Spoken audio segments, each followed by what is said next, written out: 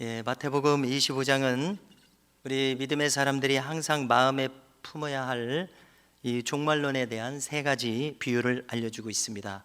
잘 아시는 것처럼 첫째는 열처녀 비유, 둘째는 달란트 비유, 셋째는 양과 염소의 비유입니다. 자, 첫 번째 열처녀 비유를 아주 간단히 요약한다면 어떻게 요약할 수 있을까요? 우리는 늘 깨어있는 신앙이 필요하다, 이렇게 요약할 수 있겠고요. 또 매일 성령의 충만한 기름이 넘치는 신자의 삶이 돼야 된다, 이렇게 요약하면 틀림없는 요약이 되겠죠. 또 둘째, 달란트 비유를 통해서 우리는 무슨 교훈을 얻습니까? 우리가 받은 것을 청지기가 되어서 맡아서 일평생을 살아가게 되는데 결산하는 날이 온다, 이것을 신비에 새기게 되는 교훈이었습니다. 그래서 우리는 착하고 충성된 종이라는 말씀을 들을 것인가, 아니면 악하고 게으른 종이라는 말씀을 들을 것이냐, 그 기로에 서 있습니다. 그래서 우리는 매일 이것을 염두에 두고 살아가지 않으면, 이 결산의 때를 생각하지 않으면 우리의 신앙생활은 실패하기 쉬울 것이다, 이렇게 생각을 합니다.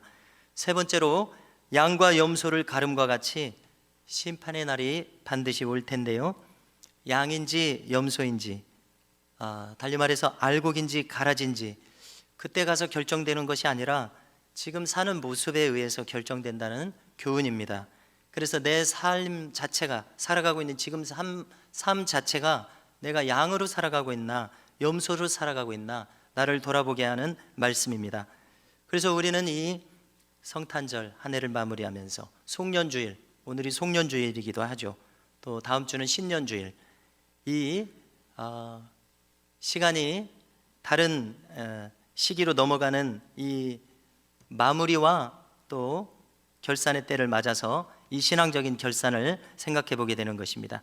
그래서 이 종말에 대한 중요한 비유들을 우리는 꼭 신비에 새기고 있어야 되겠습니다. 자, 그 중에서 오늘은 달란트 비유에 중점을 두면서 연말 신앙의 결산에 임하고자 합니다. 왜냐하면 우리가 지금까지 하나님으로부터 많은 것을 받아왔지만 이 한 해 동안에도 말씀을 통해서 여러 가지 하나님 주신 것들을 통해서 우리는 받은 것이 많이 있습니다. 그것을 결산하는 것이 필요하다고 생각을 합니다. 달란트 비유는 무엇입니까?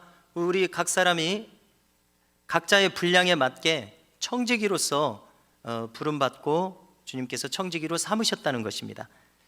그래서 달란트는 5달란트, 두 달란트, 하나의 달란트를 세 사람이 각각 받았습니다. 그런데 5달란트와 2달란트를 받은 사람은 남겼습니다. 배나 남겼습니다. 그러나 1달란트를 받은 사람은 남기지 못했습니다. 그것을 그대로 묻어뒀었습니다.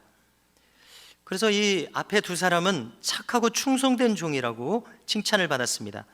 그리고 1달란트 받은 사람에게 주었던 그 달란트까지 뺏어서 10달란트 가지게 된 사람, 그 첫째 사람에게 주었습니다. 그래서 여기서 유명한 신앙의 원리가 나왔습니다. 받는 자가 더 받게 되는 원리, 이것이 천국의 원리입니다. 신앙생활의 원리, 받는 자가 더 받게 되는 원리. 그래서 우리가 바라기는, 저와 우리 모든 교우들께서 오늘 하나를 받았든지 5을 받았든지 받는 자가 계속해서 더 받는 원리가 우리 앞으로 펼쳐질 삶이 되시기를 축복합니다. 그래서 가속도와 같이 이것은 멈출 수 없고, 멈춘다는 것은 곧 퇴보를 의미한다는 것을 깨닫게 됩니다. 그래서 우리는 점점 더 이 신앙의 풍성함을, 풍성한 자의 길을 가야지 점점 더 빼앗기는 자의 길을 가서는 안 되겠습니다. 마귀는 빼앗고 죽이고 멸망시키는 속성입니다. 그래서 이 마귀의 빼앗는 이 계략에 속는 인생이 되어서는 안 될 것입니다. 내가 지금 빼앗기고 있다, 깨달을 수 있어야 되겠고요. 그 다음에 더 이상 빼앗기지 않는, 벗어날 수 있는 힘이 우리에게 필요하다고 믿습니다. 그러면 먼저 22년도 우리 표어를 확인하면서 결산을 하겠습니다. 우리 표어가 앞에 기록되어 있습니다. 다시 제가 읽어드리면요, 하나님께 영광 돌리며 성령과 능력으로 행하는 교회였습니다. 그래서 이 표어를 통해서 우리를 돌아보고자 하는데요, 하나님께 영광 돌린다는 것은 무슨 뜻입니까? 한마디로 온전한 예배자가 되자는 뜻이죠. 하나님께 영광 돌리는 예배자. 그래서 우리 스스로를 또 점검합니다. 성령과 능력으로 행하는 교회, 이것은 달리 표현하면 무슨 뜻입니까? 기도 생활입니다. 성령의 인도하심과 성령의 역사하심을 추구하는 것입니다. 먼저 우리는 나의 예배 생활을 점검해야 되겠습니다. 흐트러졌다면 그것을 다시 다잡아야 되겠습니다. 자, 지금 이 3부 예배에 앉아 계시는 분들은 상대적으로 비교적으로 예배에 힘쓰는 분들입니다. 그럼에도 불구하고 우리는 점검해야 되겠습니다. 예배에 힘쓰고 있을수록 더 점검해야 하는 것이 신앙의 원리라고 생각을 하고요. 그 다음에 예배에 뒤처져 있으면은 이분들은 더 힘을 내서 깨닫고 일어나야 할 분들이시죠. 그러나 신앙의 원리는 예배에 힘쓰고 있으면서도 더 나를 주마가편 달리는 말에 채찍질하는 것이 신앙의 원리입니다. 이렇게 우리는 자기 점검을 멈춰서는 안 될 것입니다. 시냇물을 거슬러 올라가는 물고기를 한번 생각해 보십시오. 자, 지느러미를 막 흔들고 온몸을 막 흔들어야 겨우 제자리 걸음을 하고 있습니다. 그런데 거기서 더 거슬러서 한 단계 올라가려면 이 물고기가 뭔가 용을 쓰고 우리로 따지면 죽을 힘을 써서 박차고 올라가야 더 거슬러서 올라갈 수가 있을 것입니다. 자, 반대로 지금 시냇물은 계속 흘러내리고 있어요. 때로는 거세게. 그런데 이 상황에서 지느러미질을 멈춥니다. 몸통질을 멈춥니다. 그러면 멈추면 제자리에 있는 것이 아니라 휩쓸려서 퇴보하더라는 것입니다. 우리 신앙생활이 이 비유가 적절한 것 같아요. 그래서 우리는 예배 생활에 또 기도 생활에 또 성령의 인도함 받는 생활을 해야 되지 않습니까? 우리 표어가 이것이었습니다. 이것에 부단히 힘써야 되겠습니다. 이 비유대로 지느러미를 막 힘껏 이렇게 하고 몸통을 막 흔들어서 이렇게 한마디로 몸부림치면서 나아가야 겨우 우리는 내 신앙의 수준을 유지할 수 있고 거기서 더 나아가서 더 나아가려면은 용을 쓰는 그런, 우리가 돌파라는 말을 썼죠. 그런 돌파가 우리에게 일어났으면 좋겠습니다. 자, 여기에서 우리 이 표에서 한 가지 더 빠뜨려서는 안 될 것은 우리가 능력을 일으키는 믿음의 기도까지 나아가야 되겠습니다. 예를 들어서 우리는 환우들을 위해서 기도하고 있는데요, 우리 유장로님 위해서 기도하고 있습니다. 포기해서는 안 된다고 생각을 하고 있습니다. 우리는 이제 여러 가지를 점검할 수 있죠. 우선은 우리 스스로를 돌아보는 일이 필요하죠. 그 다음에 또 기도로 돕고자 하는 사람들이, 저와 같은 사람들이 부족한 것이 무엇인지 그것을 돌아봐야 되겠죠. 하나님 함께 하신다면 역사하실 텐데 왜 역사가 일어나지 않나, 나를 돌아보고, 또 우리 장로님도 스스로의 신앙을 점검하는 일이 필요하겠죠. 그리고 그 다음에는 이제 하나님께 맡기는 것입니다. 또 포기하지 말라고 하셨으니까 계속 기도하는 것입니다. 하나님 하시는 일이기 때문에 하나님 어떻게 역사하실지 모릅니다. 그래서 우리는 올해 표어가 이렇게 성령의 능력이 우리에게 임하는 것을 추구하는 그러한 신앙생활이었습니다. 그래서 얼마나 이것을 추구하셨는지 모르겠어요. 저를 비롯해서요. 그래서 우리가 스스로를 돌아볼 수 있을 것입니다. 그래서 무엇인가 뒤처진 것이 있으면은 다시 불러일으키는 은혜가 우리에게 있었으면 좋겠습니다. 자, 다음으로 제가 좀 살피고 싶은 것은 이제 일주일 후에도 우리가 신년 특세를 하겠습니다만은 작년에도 신년 특세를 똑같이 했었죠. 그때 경구를 정리를 해서 일주일 동안 나눠진 말씀들을 좀 요약했었습니다. 그래서 코팅을 해서 나눠드리기도 했었는데요, 제가 그것을 다시 끄집어내서 화면에 준비를 했습니다. 자, 15가지나 되더라고요. 자, 한번 제가 읽어드리겠습니다. 눈으로 보십시오. 자, 우리가 작년 특세 때, 신년 특세 때 나눈 요지가 경구가 이렇게 정리됩니다. 첫 번째, 영주도적인 삶을 살라. 계속 읽어가겠습니다. 두 번째, 영이신 하나님과 기도줄로 연결되어 있으라. 세 번째, 천국의 화폐는 믿음이다. 네 번째, 돈은 없어도 누구나 믿음의 거부는 될 수 있다. 다섯 번째, 주는 자가 받는 자보다 복되다. 여섯 번째, 그리스도의 생애는 한마디로 주는 삶이셨다. 그래서 우리도 담자는 것이죠. 일곱 번째, 혈기가 나왔습니다. 혈기를 버리고 오래 참음으로 승리하라. 그래서 이 혈기에서 자유로운 사람이 얼마나 될까 이렇게 생각을 합니다. 저는 자유롭지 못합니다. 그래서 혈기를 버리고 오래 참음으로 승리하라. 꼭 필요한 말씀이고요. 여덟 번째, 지금의 나는 내가 생각하고 말한 결과이다. 그렇습니다. 저 스스로 아주 강조하려고 했던 것은 말과 생각이었습니다. 말과 생각을 부정적으로 어둠으로 가져가서는 안 되겠다. 내 말과 생각을 제어해야 되겠다. 그래서 여러 번 강조했었는데요, 여러분들께서도 강조로 받아들이셨는지 모르겠습니다. 새벽마다 이렇게 했는데요. 그래서 이것은 하루아침에 훈련될 수 있는 것이 아니라고 생각을 하고요, 앞으로 우리 평생 이 말과 생각을 훈련해야 됩니다. 아홉 번째, 나를 제한하지 말고 하나님을 제한하지 말라. 우리에게 영적인 돌파가 필요한 대목이죠. 열 번째, 내 마음대로가 아니라 하나님 주신 생각을 받아서 하라. 그래서 계시적인 사람으로 살아가야 되겠습니다. 부단히 훈련해야 될 일이죠. 내 생각이 우선 떠오르기 쉽기 때문에 그렇습니다. 11번째, 행함 있는 산 믿음을 가지라. 믿음을 강조하게 되었었습니다. 하나님께서는 오전에도 잠시 거론하는 것처럼 지식이 많다고 기뻐하시는 것이 아니라 믿음이 많은 자를 기뻐하시고 믿음을 기대하십니다. 없는 믿음을 불러일으켜서 믿음으로써 반응하는 것이 참 필요합니다. 또 성경의 약속들이 그림의 떡이 되게 하지 말라. 그렇습니다. 3만 가지가 넘는 성경의 약속이 있다고 하는데 어느 것이나 우리와 상관 있는 약속인지 모르겠습니다. 어떤 것들은 많은 것들이 그림의 떡처럼 나오고 상관없는 성경의 약속들이 굉장히 많을 것 같습니다. 그래서 이것이 그림의 떡으로 멈추는 것이 아니라 나의 삶 가운데 실현되기를 우리가 원해야 되겠습니다. 그리고 그 말씀들을 찾아야 되겠습니다. 매일매일 새벽 묵상을 통해서, 주일 말씀을 통해서, 금요 수요 기도 말씀을 통해서 말씀들이 우리에게 제시되고 있죠. 그 약속의 말씀들을 현실화하기 위해서 우리는 이 말씀들을 붙들어야 되겠습니다. 13번째, 실제로 기도하는 자가 되라.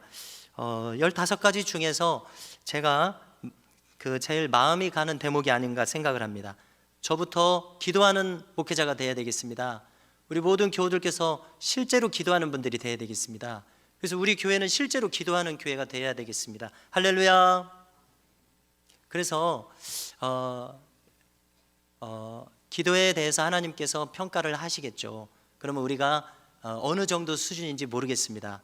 그러나 우리의 수준이 만약에 100 중에 10이라고 할지라도 그럼 10이니까 나는 틀렸다, 못하겠다, 이 자세보다는 10이라도 안 하는 것보다 하는 것이 훨씬 낫다는 것이죠. 할렐루야. 그렇습니다. 우리가 어디까지 이르렀든지 그대로 행하라는 사도의 권면이 있었는데요, 우리가 있는 그 자리, 도달한 그 자리에서 행하면 되는데요, 그래서 우리 교회는 실제로 기도하는 교회, 기도하려고 애쓰는 교회, 기도하려고 몸부림치는 교회 돼야 되겠다, 이런 생각을 합니다. 14번째, 기도할 때 천국의 완전함으로 충전된다. 네, 두말하면 잔소리고요. 15번째, 영원 세상에서는 헌신하지 못한 것을 후회하는 사람이 많다.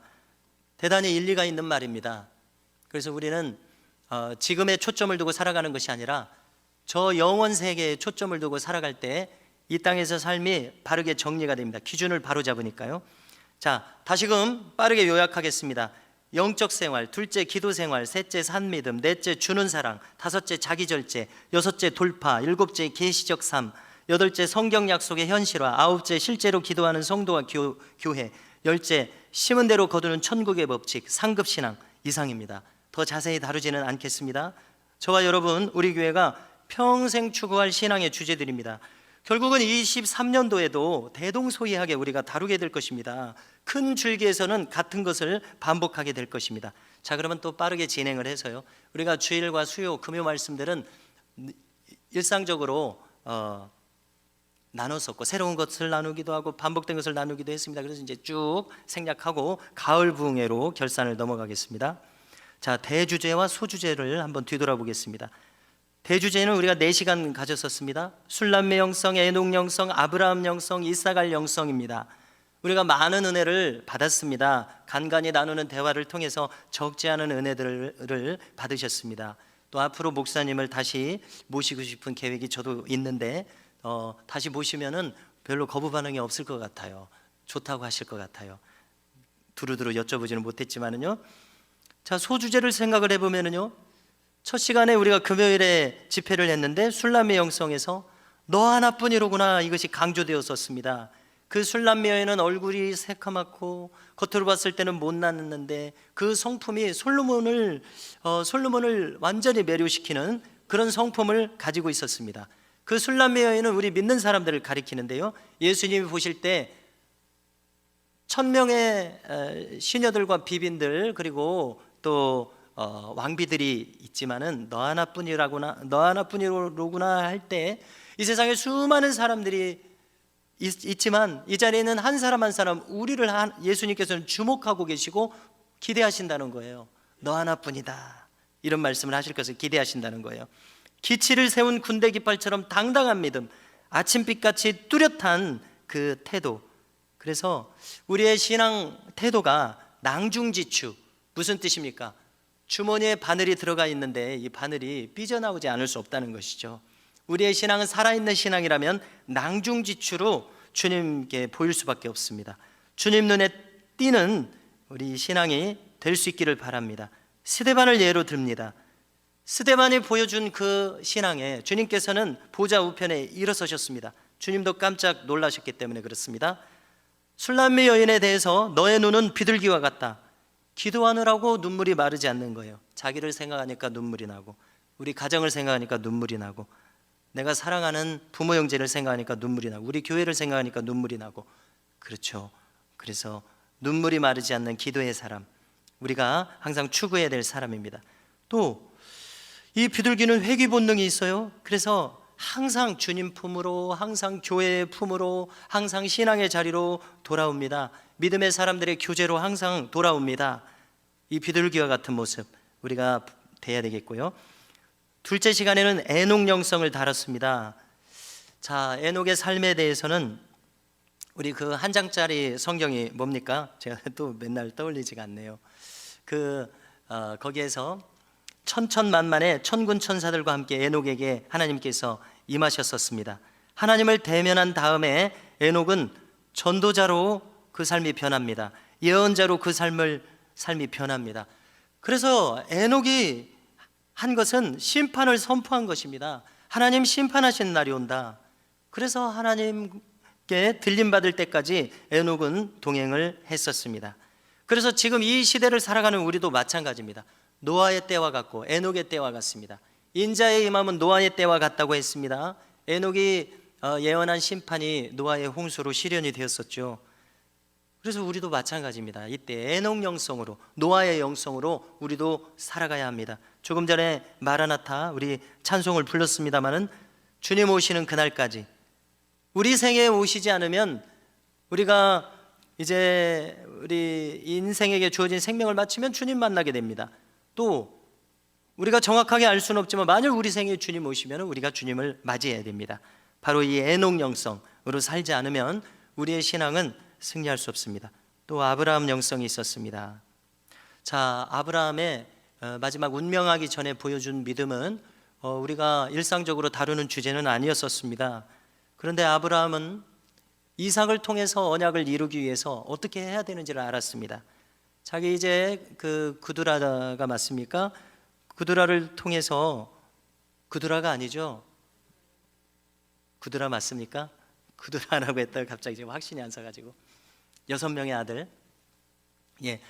사랑하지만, 필요하지만, 아깝지만 하나님의 뜻을 이루기 위해서 서자들을 다 동방으로 보내는 그 이삭을 내세우기 위해서, 이삭을 통해서 언약을 성취하기 위해서 그런 믿음으로 행했다는 것을 우리가 알 수 있습니다.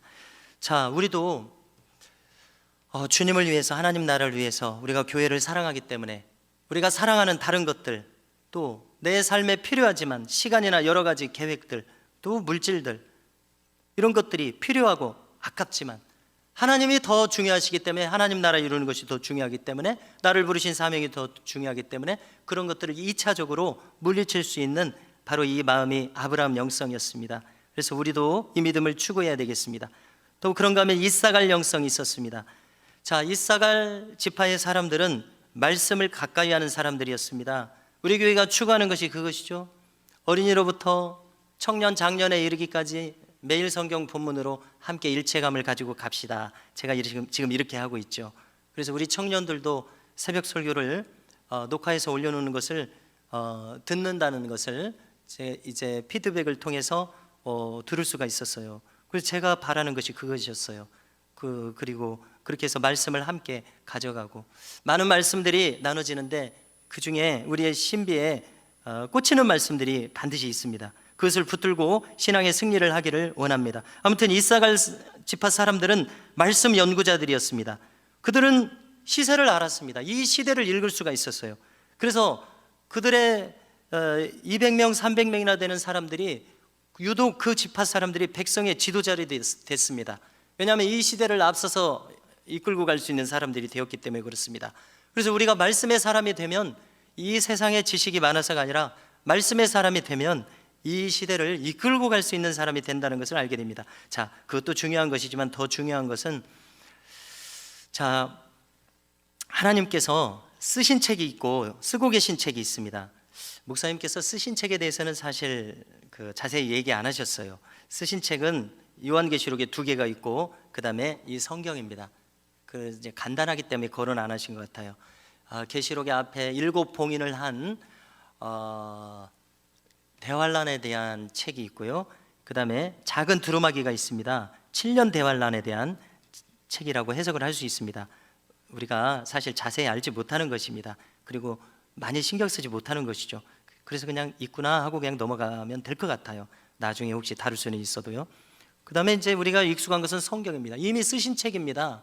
이건 또 여기다가 덧붙일 것이 없습니다. 응용할 것만 있죠. 그런데 하나님께서 쓰고 계신 책이 있습니다. 시편 139편 16절에 주의 책을 쓰고 계십니다. 우리의 형질이 이루기 전에, 내가 태어나기도 전에 나에 대해서 다 기록하셨다는 것이에요. 너무나 놀랍습니다. 자, 주의 책이 있고요. 그 다음에 생명책이 있습니다. 이 생명책에 기록되지 못한다는 것은 그런 일이 있어서는 안 됩니다. 우리 믿는 사람에게 생명책에 기록되는 일이 있어서는 안 됩니다. 그리고 저는 늘 주목하는 것이 생명책을 흐리지 아니하고, 어떤 사람은 생명책에서 흐려집니다. 이것을 포착하지 못하는 분들이 많이 계세요. 그러나 저는 앞서서 포착을 했다고 생각하고 있잖아요. 성경 구절에 생명책에서 이름을 흐리지 아니하고, 이름을 흐리는 일이 있다는 것입니다. 구원이 취소되는 일이 있을 수 있다는 것입니다. 박해를 받는 시기에 요한 칼빈은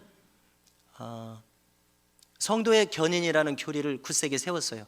무슨 뜻이냐면 택하신 백성을 빼앗기지 않으신다는 거예요. 어떤 은혜를 주셔서라도 한번 택한 백성이 구원에서 빠지지 않게 하나님 하신다는 그런 확신을 붙들었습니다.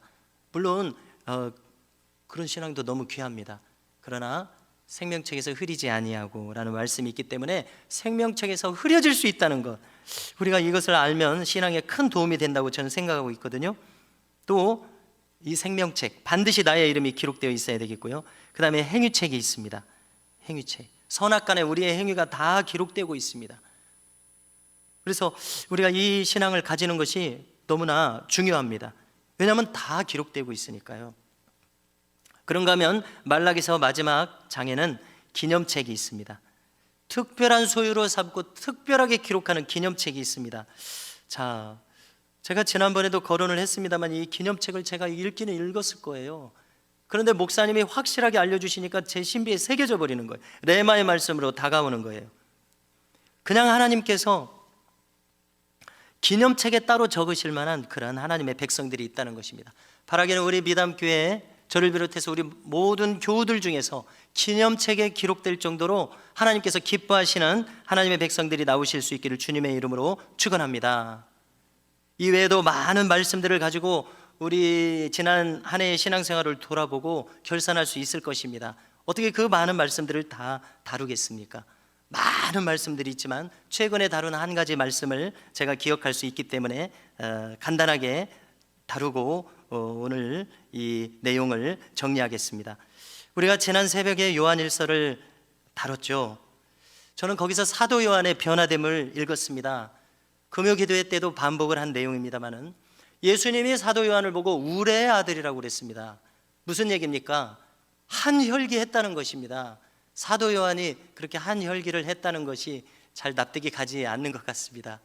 그런데 우리가 읽은 요한일서에서는 눈앞에 보이는 형제, 여기 이 형제는 믿는 사람도 포함하지만 믿지 않는 사람도 포함합니다. 자, 믿는 사람은 그나마 우리와 공통 분모가 많죠. 근데 믿지 않는 사람은 악인도 많고 거친 사람도 많습니다. 우리가 어떻게 이런 사람들을 상대하면서 살아갈 수가 있겠습니까? 내가 선의로 다가가도 꿍꿍이로 악의를 가지고 있는 사람들과 우리가 어떻게 이 세상에서 살아갈 수가 있겠습니까? 그런데 사도 요한은 형제를 사랑하지 않는 자는 그 안에 빛이 없다, 그 안에 예수님이 없다, 이렇게 단언하고 있습니다. 그래서 우리는 사도 요한의 신앙을 통해서 내가 예수님의 마음으로 살아가지 않으면 승리할 수 없구나. 수많은 사람들을 상대하면서 내 안에 빛이 확실히 있어야 되겠고 이 빛이 드러나지 않으면 승리할 수 없구나. 그래서 형제를 사랑하지 않는 자는 어둠에 있다, 이렇게까지 이야기하고 있는 것을 나누면서 대단히 놀랐습니다. 사도 요한은 확고했습니다. 이전에 우레의 아들이었던 사도 요한이 아니었어요. 예수님의 마음에 가까워진 모습을 엿볼 수 있었습니다. 여러분들은 요한일서에서 여러분들도 그런 것을 보셨는지 모르겠습니다. 타협 없는 신앙의 태도를 읽을 수가 있었습니다.